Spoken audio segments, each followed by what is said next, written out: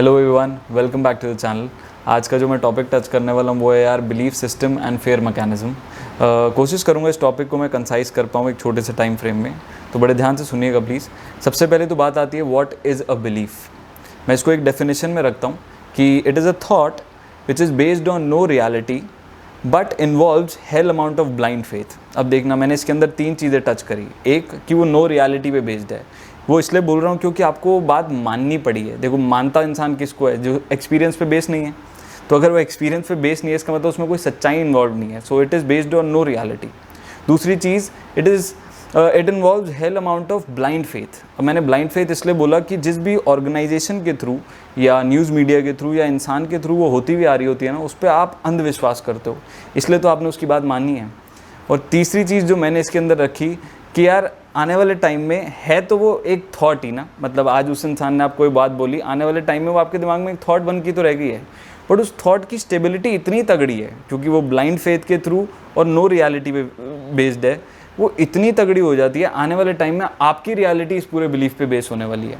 But लेकिन उससे पहले मैं टच करता हूँ कि यार ये बिलीफ का फलक्रम क्या है, मतलब कि फाउंडेशन कहाँ से आती है। बिलीफ की जो मेन फाउंडेशन है ना, वो है डर। मतलब जिस फलक्रम पे पूरी चीज़ खड़ी है वो है डर। आप किसी भी चीज़ को मानोगे तभी जब आपके अंदर कोई डर इन्वॉल्व होगा। इस चीज़ को मैं एक एग्जांपल के थ्रू एक्सप्लेन करता हूँ, बड़ा मज़ेदार रहेगा, देखना। इंडियंस के अंदर ये बहुत होता है। मतलब अगर मैं किसी भी इंडियन की तारीफ़ करूँगा ना, मतलब कि मैं कहूँ यार कि तू बहुत अच्छा काम करता है, you will go miles in life, तू ज़िंदगी में बहुत बड़ा बिजनेसमैन बन जाएगा। और मैं अगर जैसे स्पिरिचुअल पर्सन हूँ तो मैं बोलूँ कि यार you are the very source of this creation, तू भगवान है। तो 2 सेकंड के लिए बोलेगा कि यार भाई साहब क्या, मतलब कैसी बातें कर रहे हो, मैं बड़ा तुच्छ प्राणी हूँ। मतलब वो आपको एग्जैक्ट एक्सप्रेशन दूँ, वो ये बोलेगा नहीं मैं कहाँ वो हरकतें होती हैं।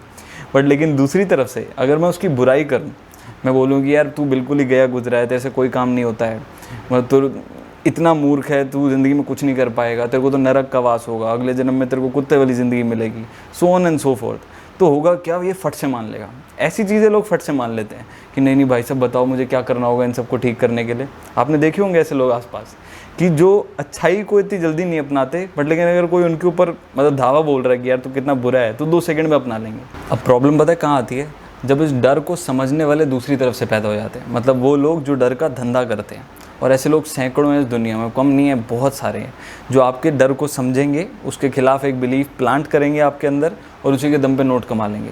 इतनी बड़ी बड़ी इंडस्ट्रीज टिकी हुई हैं इसी के दम पे कि मैं आपको बता नहीं सकता हूँ। बट लेकिन उससे पहले इट इज़ वेरी इंपॉर्टेंट कि मैं दूसरा एस्पेक्ट टच करूँ कि बिलीफ आपके अंदर कैसे काम करता है। Now I am going to tell you how the basic psyche of a human mind works. बड़े ध्यान से सुनना इस चीज़ को, कैसे एक बिलीफ आने वाले कल की रियलिटी जो है ना वो बदल देता है। मतलब एक पुरानी कहावत है कि जो आप मानते हो आज नहीं तो कल वही आपकी सच्चाई बन जाता है। मैं एक एग्जाम्पल के थ्रू टच करूँगा इस पूरी चीज़ को, बट लेकिन ये एग्जाम्पल नहीं है, मेरे कज़न के साथ ये सच में हुआ था। बट मैं कैमरे पे उसका नाम नहीं लेना चाहूँगा, तो किसी को भी डिफेम करना अच्छी बात नहीं होती। सो मैं पूरे एग्जाम्पल को अपने ऊपर रख के एक्सप्लेन करता हूँ, बड़े ध्यान से सुनना। देखना, सपोज़ करो मेरी मॉम एक किसी गुरु को या पुजारी को फॉलो करती हैं बहुत ब्लाइंडली, मतलब हर एक उनकी बात मेरी मॉम के लिए पत्थर की लगी रहे। एंड वो हम पूरा परिवार गए हैं एक पंडित के पास सिर्फ इस बात को पूछने के लिए यार मेरी शादी ठीक ठाक होगी या नहीं होगी। तो उस पंडित ने जो बात कोट करी वो ये है कि यार इस लड़के की जो बीवी होगी ना वो बड़ी दुष्ट आएगी। अब यहाँ से सारी गेम शुरू होती है। देखना, एक मैं हूँ जिसके ऊपर ये बात का असर ही नहीं पड़ा कि ठीक है यार जो होगा देखा जाएगा, बट एक मेरी मॉम है। अगर और डीपली बोलूँ तो एक मेरी मॉम का माइंड है जिनके ऊपर ये बात बड़ी तगड़ी घर करेगी। अब जिसने डर डाला है तो वो सामने सोल्यूशन भी बताएगा, तभी तो पैसे कमाएगा। सिंपल बात है, उसने एक बात बोली कि यार ठीक है इसकी ना शादी से पहले एक बकरी से शादी करा देना एंड सो ऑन, उसके बाद इसकी लाइफ सेटल्ड है। अब पूरी सिचुएशन को ना मैं 2 पैमानों में बांट रहा हूँ, बड़े ध्यान से सुनना। एक कि वो पूजा हो जाए और मेरी बकरी से शादी हो जाए, एक कि वो पूजा ना होए और मेरी बकरी से शादी ना होए। सपोज़ मेरी शादी नहीं होती बकरी से और मैं डायरेक्टली किसी लड़की से शादी कर लेता हूँ, एंड उसके बाद देखना मेरी लाइफ के डायनामिक्स कैसे होंगे। अब वो लड़की लाइफ में 10 में से 8 काम अच्छे करेगी और 2 काम बुरे करेगी ना, तो मेरी मॉम, या मैं और फिर डीपली बोलता हूँ, मेरी मॉम का माइंड जो है ना वो उन 2 काम को बड़ी जल्दी पकड़ेगा। That is how beautifully psychology works. 1 second लगाएंगी वो उस चीज़ को बोलने में कि हाँ यार उन्होंने तो बोला था ना कि ये दुष्ट है, तो ये ऐसी रहेगी, ये तो हमारे परिवार को खिंडा देगी। ठीक है, दूसरी तरफ से अगर ये पूजा हो जाती है तो अब वो लड़की 10 में से 8 काम बुरे भी करे और 2 काम अच्छे करे तो मेरी मॉम ऑटोमेटिकली, देखो कितनी अच्छी बहू है, हमने तो सब कुछ ठीक ठाक करा दिया था ना। तो देखो ये इसको बेसिक साइकी बोलते हैं। मतलब वो बिलीफ इतना स्ट्रांग होता है कि आपकी जो थॉट है ना वो उसी की तरफ ड्रिवन हो जाती है, आपके आने वाली थॉट्स भी उसी तरफ ड्रिवन होने लगती हैं। तो आज नहीं तो कल वही आपकी रियलिटी बन जाता है। ये एक बंदे की प्रॉब्लम नहीं है, ये बहुतों की प्रॉब्लम है जो इंडिया में हो रही है। और ये मैं अपने ऊपर नहीं बता रहा हूँ, ये पूरी कहानी किसी और की कहानी है। हाँ, पता लगे मेरी शादी में दिक्कत है बट लेकिन जो मैं बात बोल रहा हूँ, अगर आप दोनों ही सिचुएशन को क्लोजली ऑब्जर्व करो तो देखो एक प्रॉब्लम अराइज हुई। वो प्रॉब्लम पता है क्या है कि मेरी मॉम का जो माइंड है ना वो किसी और की थॉट का मोहताज है। मतलब कि ये रियलिस्टिक बेस्ड थॉट नहीं है कि कौन गलत है और कौन सही है, वो सिचुएशन के हिसाब से डिसाइड नहीं हो रहा, वो किसी पर्टिकुलर बिलीफ जो पास्ट में इम्प्लांट हुआ था उसके बेस पे डिसाइड हो रहा है। बेसिकली आपकी पूरी रियलिटी डिस्टॉर्ट हो चुकी है किसी और की वजह से। और मैं बताऊं आपको, इन लोगों की एक और खासियत होती है कि ये लोग अपना पल्ला वक्त पे जब झाड़ना चाहें तब झाड़ भी लेते हैं। आपने देखा होगा, मतलब कि दंगल मूवी देखी होगी आपने, उसके अंदर ये था कि मतलब कि अगर उसको बेटा चाहिए तो ये मंत्र पढ़ो, पर लेकिन जब नहीं हुआ तो सबसे पहले वही इंसान होता है जो बोलता है इसने मंत्र ढंग से नहीं पढ़ा होगा। तो वो 2 सेकंड लगाते हैं और पूरी की पूरी बात आपके ऊपर आके डाल देंगे। सो ऐसी चीज़ें बहुत हैं। अब मैंने प्रॉब्लम इतनी डीप में टच करी है एंड मैंने आपको बताया कि कैसे एक बिलीफ आपकी पूरी रियलिटी डिस्टॉर्ट कर सकता है आने वाले टाइम में। सो अब जाहिर सी बात है कि जो सोल्यूशन दूंगा वो भी पूरी डीप में दूंगा। सो बोर्ड पे चलते हैं, आ जाओ। तो अभी तक जो हमने समझा, अगर मैं उसको सम अप करूँ तो ये कह सकते हैं कि यार जो बिलीफ है उसके अंदर 2 चीज़ें इन्वॉल्व हैं। एक तो नो रियलिटी अगर प्राइमरी बेसिस पे देखें, दूसरी चीज़ एक ब्लाइंड फेथ इन्वॉल्व है। बट लेकिन जिसके ऊपर पूरा फलक्रम टिका है वो है डर। तो हमारा जो मेन मकसद होगा इस पूरे सोल्यूशन मैकेनिज्म के अंदर वो ये होगा कि उस डर को ख़त्म कैसे कर सकते हैं। एक छोटे से एग्जाम्पल से शुरू करता हूँ, देखना बड़े ज़रा ध्यान से। सपोज़ करो यजुर एक बिज़नेस शुरू करने जा रहा है एंड वो एक तरह से प्लान लिखता है बैठ के। एक तो है अनरियलिस्टिक अप्रोच। अनरियलिस्टिक अप्रोच क्या कहती है कि यार मैं एक चीज़ लिखूं कि यार कोई भी दिन बुरा नहीं होगा। सपोज़ करो किसी ने मेरे को 2 पत्थर दिए और बोला अंगूठी में पहन के रख ले, अब तेरा कल्याण ही कल्याण होगा, सब बढ़िया होगा। एक है ब्लाइंड फेथ और मैं बोलूँ कि यार कोई भी दिन बुरा नहीं होगा। बट दूसरी तरफ से एक है रियलिस्टिक सोच। रियलिस्टिक सोच क्या कहती है कि दिन बुरे एंड अच्छे दोनों होंगे। अगर आप किसी भी बिजनेसमैन के एक्सपीरियंस से चीज़ सीखना चाहो तो सीख सकते हो कि बुरे और अच्छे दिन दोनों साथ साथ चलते हैं। मैंने पिछले सेशन में भी एक सेशन में बात की थी कि life is black and white, not black और वाइट।